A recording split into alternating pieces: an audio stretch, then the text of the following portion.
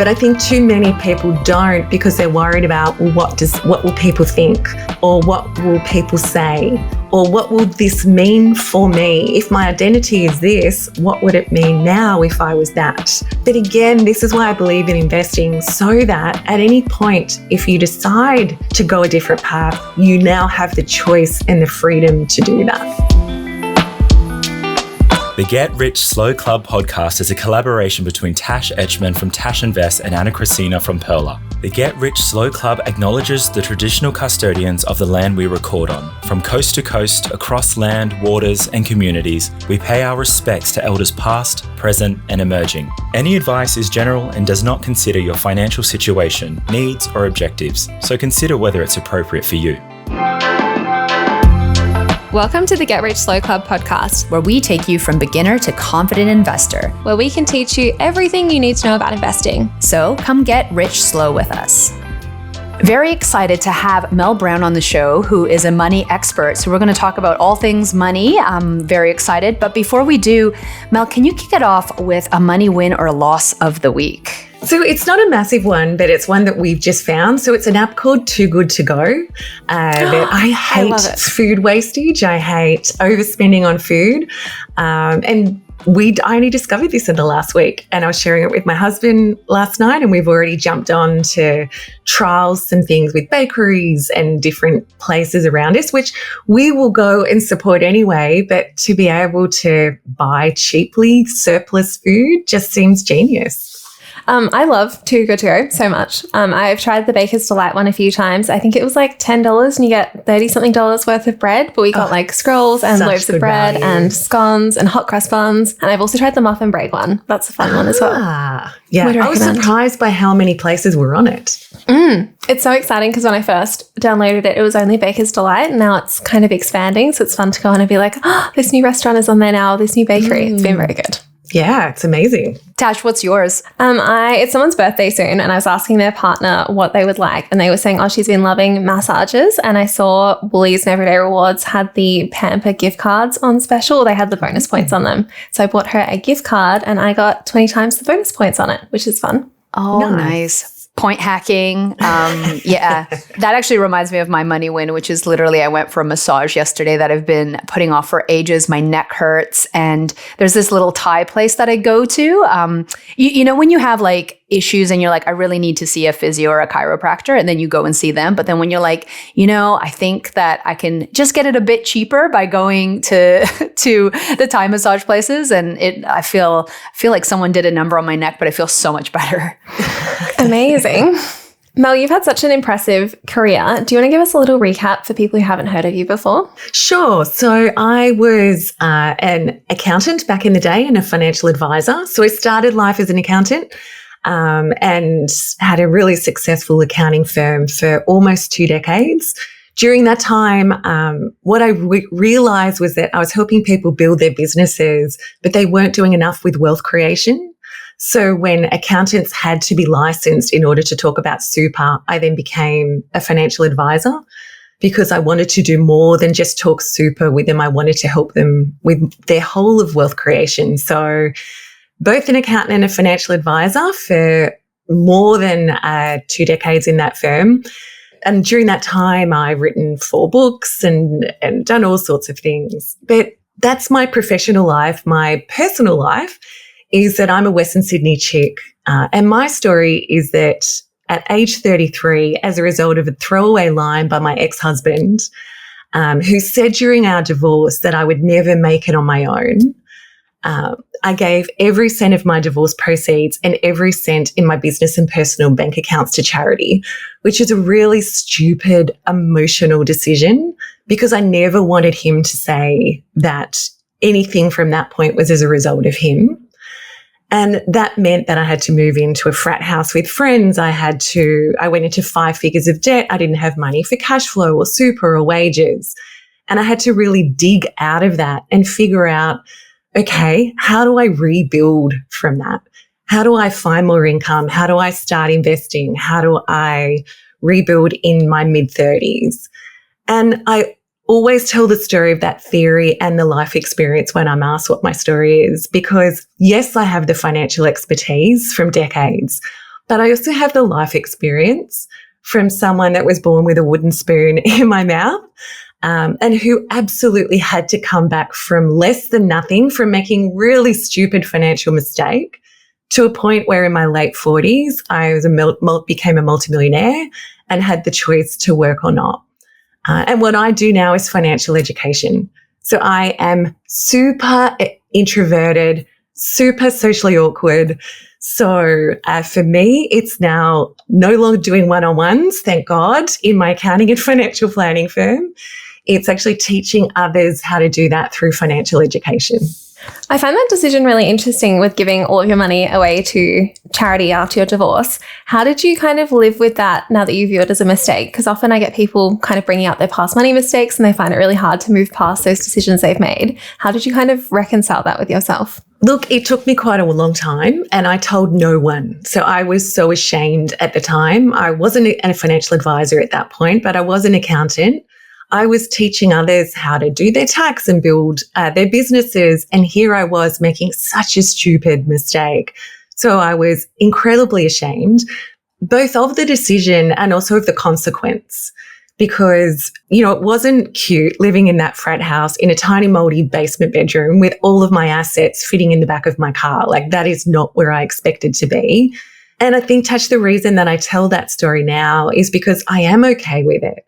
That I understand from working with thousands and thousands of women and men that we all make mistakes. We all make financial blunders. It's what you do to recover from that that's important. And I now am proud when I talk about it, not that I did it, but to say, hey, it's possible to rebuild.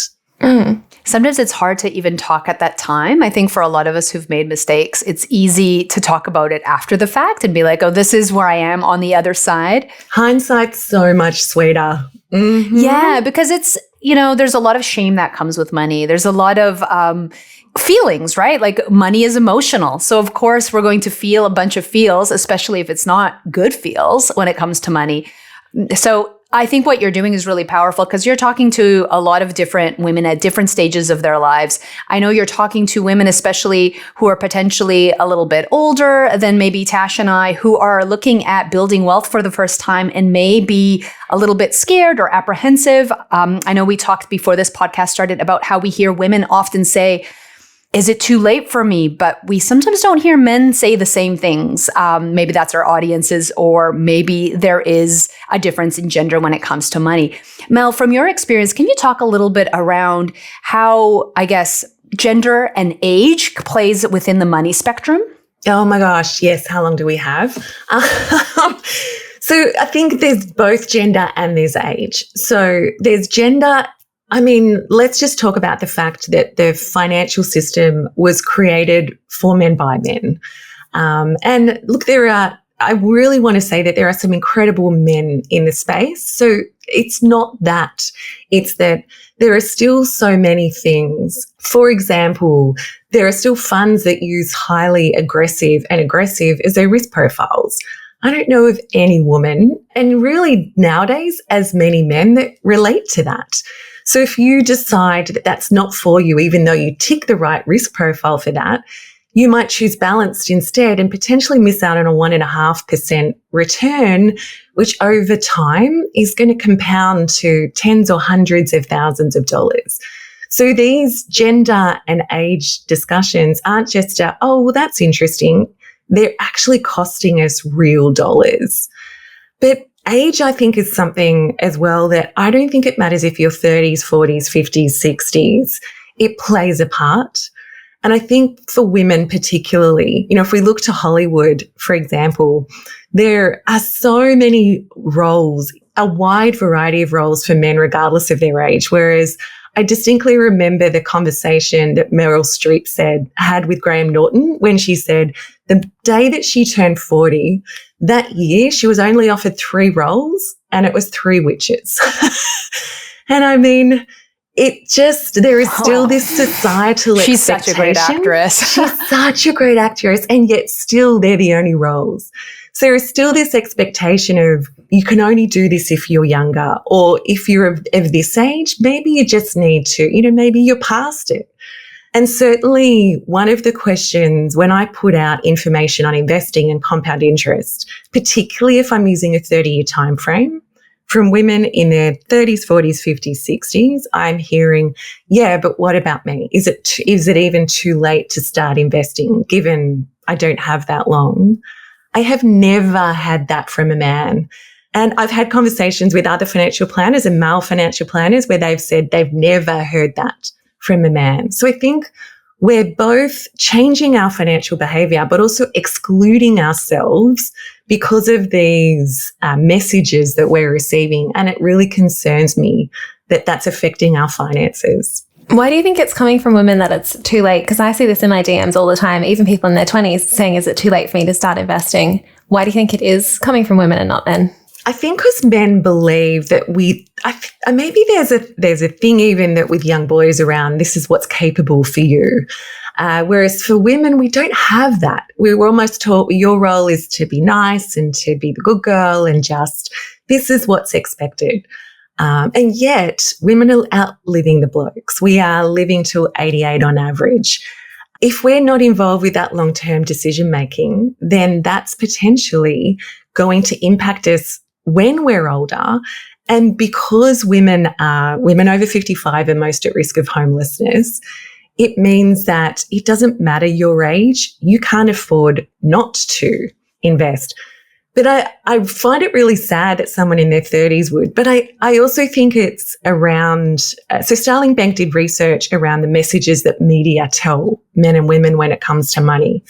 To men, it was all around doing more and money makes you more of a man, which is problematic messaging anyway. But to women, the messaging was primarily you need to cut back and you need to spend less. So if all we're being told is you need to spend less and cut back, we're not thinking long term and around investing in the capability of that. So yeah, I think there's so many reasons, Tash, but ageism and the messaging we're receiving just about basic money, I think is part of it. I've seen this trend pop up on TikTok more recently with young people getting facelifts. And it's very interesting that it's like the messaging is around save money, but also you should get Botox and fillers. And now we're getting facelifts at the age of 25, which has just been wild to see with the rise of people going to Turkey or South Korea. What are your thoughts on that? I'm a fan of you doing whatever it takes for you to feel good about yourself. However, I'm really concerned at the messaging of lookism, that it's all about how we are perceived and how we look, and that is the most important thing. Whereas, if I remember having conversations with my nana who lived till she was in her 80s. Yes, she looked back fondly around how she looked when she was younger, but she was more concerned at that age around being well, not how she looked. And being able to live independently because she was a single woman, rather than how she looked when she left the house. Don't get me wrong, my nana grew up in Hong Kong and she thought it was really important to look well. But my concern is that we're choosing this or that. If you want to have Botox and fillers, etc., go for it, as long as you're also looking after future you. And I think we're spending so much time now in front of our screens. I mean, I'm looking at myself on Zoom, on Teams, on podcasts, on socials more than I ever should have to. And I think that's the same for many of us. And I think because we're looking at ourselves under the microscope and then comparing ourselves to people on socials who are using filters, AI, avatars who aren't even real. So maybe it's about applying some social distancing to that and realizing that, hey, what are the messages? What's the mimetic desire that I'm taking on? And is this actually what I want, or is this just what I'm being told that I want? The other side of it is having a separate sense of confidence, I find as well, right? Because we're so much on social media, a lot of our self-worth comes then potentially from our looks, right? Like how I look, how I'm presenting myself, how my house looks, like what I'm filming in my house in the background. Like there's a lot of that comes into play. And all of a sudden it becomes very performative, where I've been spending a lot of time reading help, like how to raise children books. And so much of that also talks about how to raise kids in a digital age. And so much of it also talks about the confidence. If we're not building our kids' confidence, then they're going to have insecurities in other places. And I think a lot of this also comes down to the confidence in knowing how to use money, why we're using money, confidence in being able to choose that. I think I read a stat somewhere that women who do earn or who are higher income earners sometimes defer to their partners to manage their money. Why is that? A lot of that potentially comes down to confidence, and it comes down to, being told these messages of, save and budgeting and coupon clipping instead of building wealth. So I think all three of us can be in agreement that we're about teaching people to have confidence when it comes to money. Now, that added side of how we look and Botox and thinking about that also shifts as you get older. I know I'm now I finally hit it to the 40s, and having more gray hair and more wrinkles is making me think about if my earning capacity, the way I look, that all of that stuff is really important in how I present myself. Mel, I know you talk a lot about that as well, and how with aging, that can impact your finances on multiple different levels. I know menopause is one of those things as well. Yeah. What are things that we should be thinking about as we're aging as well when it comes to finances? So what I hate is those old boxes that you might have seen around, this is what you should do at this age. Because what I do know is that just doesn't exist anymore. Like in my grandparents' age, there was a one path that everyone trod, and it was really easy to know, oh, okay, that's where we're up to. Whereas what I love about today is the choice that we have. So I get really scared when people try to overlay onto their life age-based boxes. Instead, I'm a fan of figuring out what's actually right for you. But menopause is something that is going to affect all women at some point. And the concern that I have, though I love that perimenopause and menopause is talking about so much more, but what we're not talking about is the financial cost of that. So I went through early menopause, and what I've realized is that I started perimenopause in my 30s. Because you start that a decade earlier. So you may not realize that some of the decisions that you're making are actually hormone-based and not what you might have been making if you weren't in that stage of life. And what the research is showing us is that when it comes to menopause, because of the brain fog, because of the many symptoms that really can be quite problematic if you are trying to hold down a job, and then have these symptoms where you're in a board meeting or you're in your job and you cannot think what you're supposed to say. You feel incompetent. You're drenched with sweat. So the research is showing that women are leaving partners, leaving jobs, selling businesses, or going part-time. And then when they come through perimenopause into menopause, they then want to undo those decisions, but at an age where it's harder to find that job. It's harder to start rebuilding. So what I'm trying to tell women is, as you're coming through that, be aware of it. Make sure that you are putting money aside for that. Take advantage of things like menopause leave. Go and do something about your symptoms with a great doctor as early as you can, and GP shop until you can find that. Because they're saying that menopause that it's costing women about $1.8 billion in unpaid work. And my concern for that is we have a career gap when we have kids, and then we're having this career gap later when we simply can't afford to. So I think it's a really important conversation to say, okay, so if I'm going through that, if I'm experiencing that, what can I do to make sure that I can continue earning and continue working, and not making these decisions that are financially detrimental to me, that I'll look back and really wish that I hadn't made that. I've heard so much about menopause, but less about perimenopause. And now I'm like, oh no, another thing I have to worry about for the future. I know, right? What is this timeline, I guess? I know it's different for everyone. Yeah, so they say because it's finally being talked about. It's finally being talked about. Well, I remember when I was going through perimenopause, I didn't know what it was because no one was talking about it. I went through I went through menopause really early. So my friends weren't going through it. I had no one to have these conversations with. And I was so ashamed when I went to the GP and they said, oh, this is what it probably is. But perimenopause, so menopause is simply when you, my understanding is from 12 months of you last having a period. That's the definition of menopause. But perimenopause can be the decade before as your estrogen starts to lessen. And symptoms, there's so many symptoms now, but ones that I experienced were really terrible rage, hot flushes where I would just be wet with sweat, brain fog. So I remember doing a podcast with Mamma Mia back in the day and sitting there having my notes and just suddenly going completely blank, not knowing things that were just second nature that I would talk about.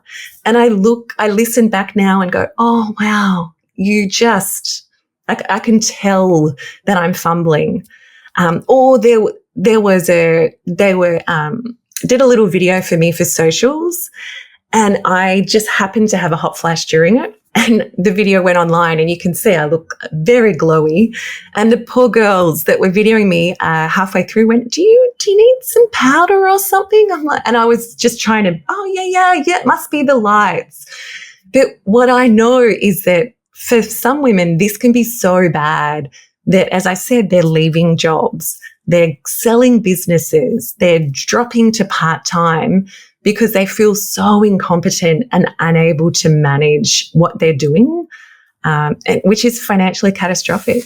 There was recently a journalist, I think, on the ABC who was on like morning news who was having hot flashes. And in the middle of her talking, she's like, I'm sorry, I'm just having hot flashes right now. I love that she did that. It hit international news because no one's really kind of gone out on the news channel to be like, hang on a second, sorry, I'm having a hot flash. Because we kind of hide it. It's like, no, you've hit that age. Let's just move you aside and we'll bring someone else out that's not going through that instead. Or the woman hides it. She doesn't want to be seen like that. She's embarrassed. I know I was. So you self-select out and then it's hard to get back in once you've taken yourself out. Yeah, when I think over all of the different things that the human body can go through, right? Like people have endometriosis, you have children, perimenopause, menopause. That's a lot of impact on your body, but it's a lot of impact financially to see doctors, to get medication, to take time out of the workforce, to potentially, like you said, maybe step away from your job, go part-time. What are some of the things that you suggest that women can do to set themselves up financially when and if they go through these things? So I think no matter what, it's having choice. And that's where I know some women feel uncomfortable with the word wealthy, but for me, it's having choice. So why we want to invest outside of super, not just inside super, is so that we have choice. So that if I decide at age 50 to have a sabbatical, if I decide to send my kids to private school, or if a life event happens, whether it's just a really savage bout of endometriosis or it's an illness or something else, then I can actually press pause for a moment and deal with it, knowing financially I have the capability to have that. So one, we want to put our financial oxygen mask on and invest so that we have choice. But two, it's really being the person that is advocating for your own health. So, for example, I've just had a really bad skin cancer taken off my leg. So I had surgery last week. If I went to the GP and showed them that, they'd say, oh, Mel, that's nothing. You don't need to worry about that. But I see a dermatologist every year because I have Scottish Chinese skin and I've had 7 taken out. So I advocate for my health with that. I also advocate when I had perimenopause, I knew that how I was behaving was not me. I knew that when I was sitting next to my second husband on the couch, who I love deeply, and just the fact that he was breathing made me want to stab him, I knew that that was not me. The same for hot flushes and brain fog. So when the first GP said to me, oh, you don't want to do HRT, right? I went and GP shopped another 4 till I found one that was willing to work with me to manage my symptoms in a meaningful way. So I think as women, it's really sad that we have to do this, but advocate that long-term investing so we can afford to having buffer accounts, so 3 months worth of expenses, so that if we have these unexpected expenses, we can throw money at the problem. And then advocating for our health and not letting things slip because we're busy or, you know what, I just need to grit my teeth and go through it. Every woman goes through that. No, there are resources available now to manage it, and it's important that we do. I saw the budget this year had a few more mentions of menopause than there had been previously. What did you think about what they were offering? Do you think it's enough? Do you think it's a good step in the right direction? Look, it's a step in the right direction, but I feel like it was a nod, not enough. So I would like to see, so in New Zealand, HRT is free. I think in the UK, it's $5. That's what I'd like to see it go towards. Mel, do you just want to explain what that is for people who don't know what HRT is? Yes. So HRT is a hormone replacement therapy. So it's a patch or a cream that you can use that helps you to replace the estrogen that you're losing during perimenopause and menopause. So there was a study out many years ago now that really scared doctors and people into not using it, which has since been discredited. But what has happened, which I find really interesting, is that, for example, the patch is almost non-existent in Australia. So what I would love to see the government do is, yes, have these things free rather than just have some money towards menopause leave, etc. But also let's have some manufacturing, or let's have some subsidies so that these products, which more people are realizing that they need, are actually available and you can get access to them rather than have to wait for 6 to 9 months for them to be available. 6 to 9 months feels like way too long. That's crazy. Oh, yeah, it's insane. Yet I imagine if we ran out of Viagra in the country, it would be sold immediately. Like, it's just, I feel like there's two very different time frames for the importance. There would be an emergency shipment. There would be an emergency shipment. Erectile dysfunction is very important in this country. Very important. Yeah. And that's where I see the priorities of, come on, if this was a male problem, we know it would be solved faster. So, yeah. But it's also, so whilst that's important, I also think, so the elections held recently, so I would have mandated free HRT. I would have mandated free periods. So tampons and pads for women, because we know that period tax is a massive issue for some women. But I also would mandate super splitting. So there are times in women's lives where it just costs more than it does to be a bloke. And super splitting is something where if you're going to have a career break, having that amount split, if your partner is able to keep working and you've chosen for you not to, I think should just be happening behind the scenes. So I think there's more the government can do and is not. So it's about us putting our own oxygen masks on and doing it for ourselves. What's the ultimate super splitting strategy, do you think? Is it like as soon as you take parental leave and have that time off? Do you think we should be doing it earlier on before that? I think at a minimum, as soon as a couple have decided that one should stop work in order to, if they're having a child, they should super split. I genuinely can't understand why it's not mandated. Because if you're making that joint decision and one of you's working and one of you stopped working so that the other can work, it just doesn't make sense to me why that doesn't happen. And I know that the argument is, but you'll get it anyway if we split up, or it's not that much. But what we're not thinking about is, one, I've seen the thousands of women where they don't get automatically 50% of their partner's super when they split, because either they don't fight for it or they prioritize the home instead. Or with the second one, what we're forgetting is the compounding nature of that superannuation. It's not just the amount that you're missing out in that year, it's a compounding effect that you're missing out on that can be tens or hundreds of thousands of dollars. The other thing is, not all couples pool their money together, right? There are a lot of people who keep their money separate. So if you're not, for example, splitting your super, there might be a very big discrepancy between who has what money at what time in their lives as well. For people who don't know actually how that works, can you just talk a little bit about the logistics of that for anyone who's considering super splitting? Yeah, it's something that I know in my community not enough people realize is a thing, and they also don't understand how easy it is. So it's simply your partner going and filling out a really simple form on their superannuation website. saying that they can split up to 85% of the previous year's superannuation with you. And it's honestly that simple. Takes about 5 minutes. Up to 85%. I like that. If I was on parental leave, I'd be like, yes, give me more than half. Thank you. Yeah, it was Exactly. something when I was researching my first book, I was surprised that I didn't really know as much about super splitting, and that's something that's really important for couples potentially to talk about as they're planning to have a family, as they're going on parental leave, because as we know, the motherhood penalty can impact a woman's career for, up to 10 years and more, right? And then the compounding interest of that as well, if they're going back at part-time, depending on how many kids they have. So having a bit of that safety net is really important at that time. So I love that you're talking more about it, Mel, because we have so many things within the financial industry here in Australia, things that you can do, schemes that you can access.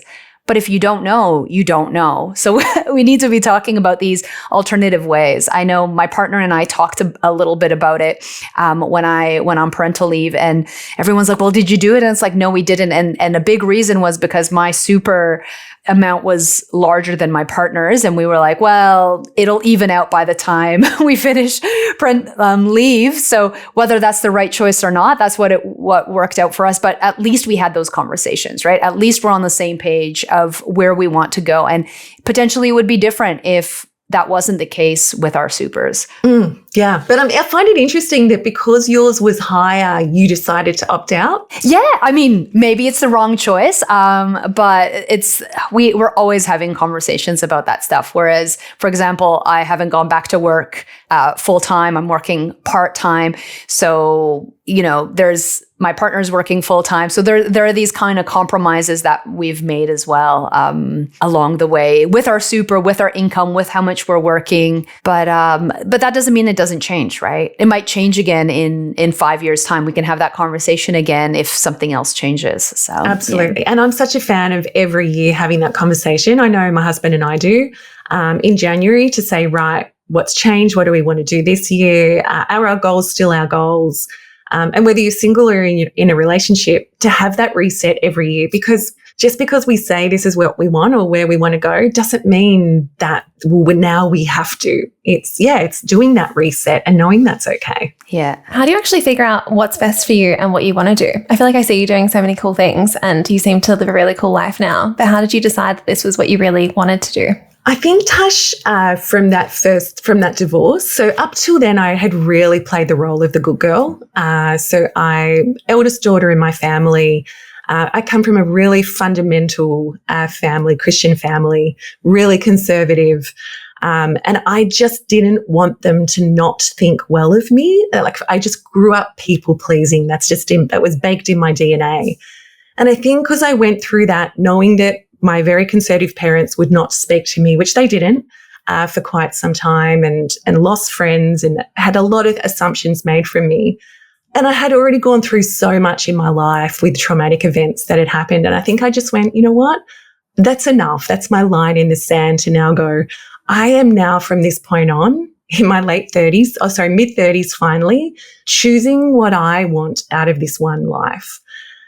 So from there, it's when I met my now husband. I said to him, look, I don't think I want kids. So if you want that, then we're going to have a discussion. I told him really early on, and I'm grateful that that's not something he wanted either. And I think because we'd chosen an unconventional life anyway, we then said, well, okay, well, if we're not doing something conventional, what do we want it to look like? And I think too many people just go with what they see and what everyone else is doing, and they don't stop and ask the question, well, what actually do I want? What's actually right for me? Mimetic desire is such a big thing in our society. I see someone else doing it and I should want to do that too. Whereas I think to have that brave choice, and you might still choose the traditional, but to stop and say, well, what's right? So now we have chosen to have a home in the Blue Mountains. We've got an apartment in the city. He travels 3 months for work in a job he loves. So even though I don't love travel, I go and meet him overseas once a year. And because I don't love travel, I do it business class because It's the only way I will cope with it. Yet we fly him economy or premium because he doesn't care. And that's our compromise. So I think it's, again, in all of it, there's choice. And for me, it's also choosing to write, choosing to run the courses that I do, knowing as well that I'm super introverted and I have really limited energy. So working with that as well. But I think, to your point, I think too few people sit back and say, well, if no one was looking, what life would I like to live? And that's what I try to do regularly. If no one was looking, if no one could see what I was doing, how would I like to live? And doing that. Yeah, just doing the things as well. I get so many messages of people being like, oh, I wish I could do that thing. And it's like, well, why can't you do it? Like, if you really want to, just go and do it. Exactly. But I think too many people don't because they're worried about, well, what will people think? Or what will people say? Or what will this mean for me? If my identity is this, what would it mean now if I was that?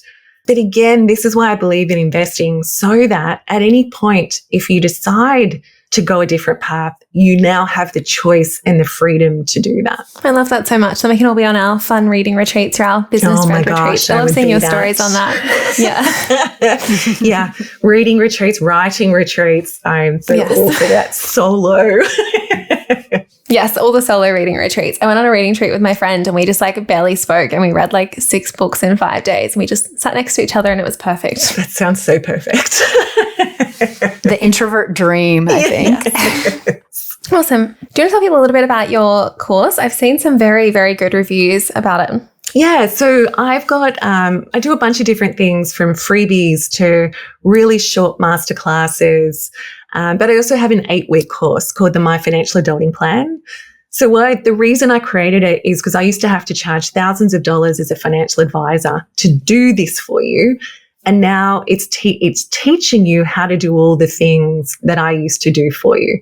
So starting with money mindset, you create your very own financial plan. So using the template that we used to use, where you figure out how much is enough, creating a plan for debt, asking the question, how much is enough, and using our worksheets to figure that out for you, figuring out the habits that are right for you, and then learning to invest in property shares in business. So we've had over 5,000 people through, plus their partners and kids and all sorts. So I'm incredibly proud of the results that we've had, and we launch that 3-4 times a year. Mel, if people want to learn more about you, where can they find you? So we'll give you a link with some bits and bobs, but melissabrown.com.au. So I've got an E on the end of my name. I'm a fancy Brown. Or on Instagram at melbrown.money. Amazing. Well, thank you so much for joining us. It's been a really fun chat. Lots of interesting things. Yeah, thanks so much for having me. Thanks, Mel. Thanks so much for joining us. If you found this episode helpful, please rate us 5 stars, write a review, or share with a friend. If you're new to investing, make sure to listen to our first 10 episodes. Follow us at Get Rich Slow Club or Tash at Tash Invest or me at Ana Christina. This show was brought to you by Natasha Etchman, who is an authorized representative 1299881 of Guideway Financial Services, AFSL 420367, and Perla, who is an authorized representative 1281540 of Sanlam Private Wealth, AFSL 337927.